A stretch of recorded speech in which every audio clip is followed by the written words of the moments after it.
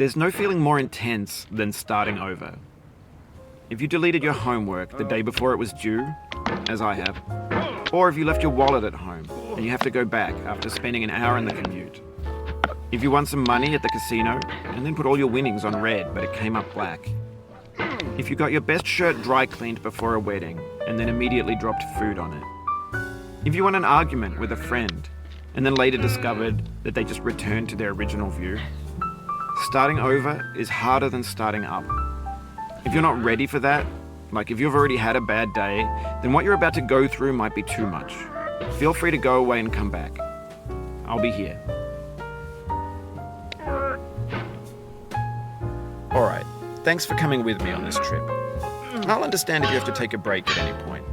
Just find a safe place to stop and quit the game. And don't worry, I'll save your progress, always, even your mistakes.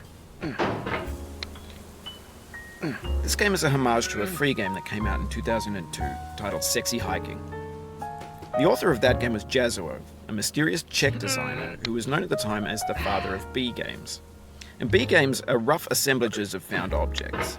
Designers slap them together very quickly and freely, and they're often too rough and unfriendly to gain much of a following. They're built more for the joy of building them than as polished products. In a certain way, Sexy Hiking is the perfect embodiment of a B game. It's built almost entirely out of found and recycled parts, and it's one of the most unusual and unfriendly games of its time. In it, your task is simply to drag yourself up a mountain with a hammer. And that act of climbing, in the digital world or in real life, has certain essential properties that give the game its flavor. No amount of forward progress is guaranteed. Some cliffs are too sheer or too slippery. And the player is constantly, unremittingly in danger of falling and losing everything. Anyway, when you start Sexy Hiking, you're standing next to this dead tree that blocks the way to the entire rest of the game. It might take you an hour to get over that tree, and a lot of people never got past it. You prod and you poke at it, exploring the limits of your reach and your strength, trying to find a way up and over. And there's a sense of truth in that lack of compromise. Most obstacles in video game worlds are fake. You can be completely confident in your ability to get through them once you have the correct method or the correct equipment or just by spending enough time. In that sense, every pixelated obstacle in Sexy Hiking is real. The obstacles in Sexy Hiking are unyielding, and that makes the game uniquely frustrating. But I'm not sure Jazuo intended to make a frustrating game.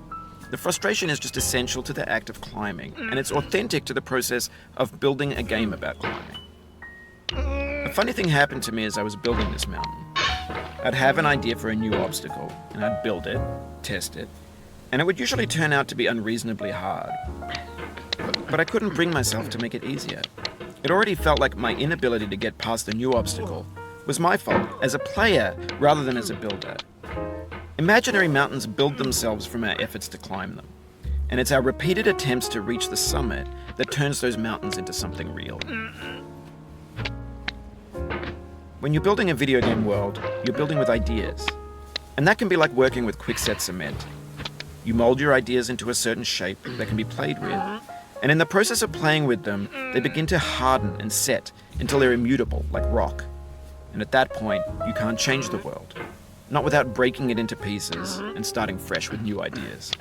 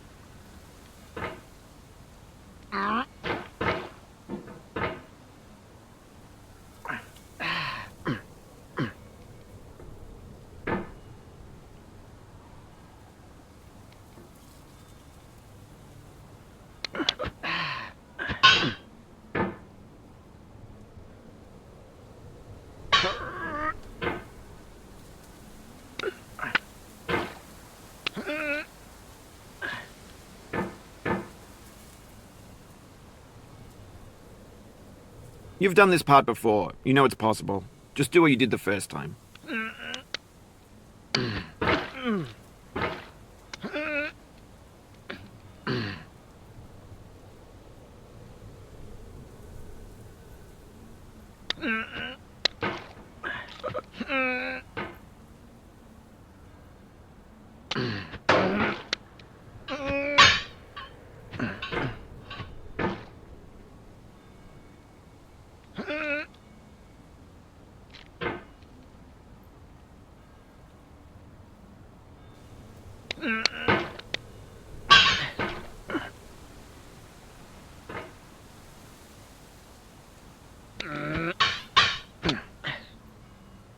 Oh, you just lost a lot of progress.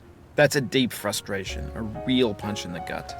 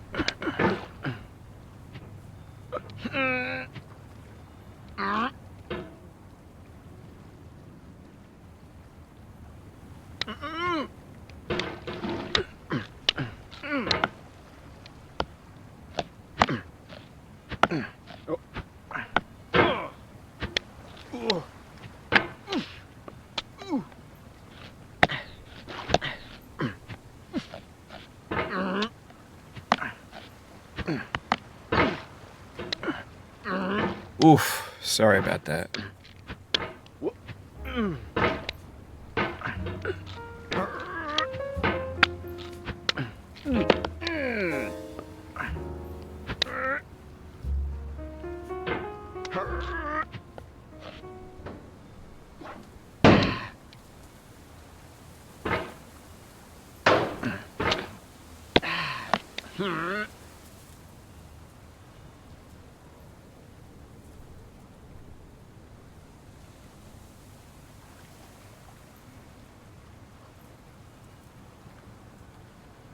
Oh, it happened again.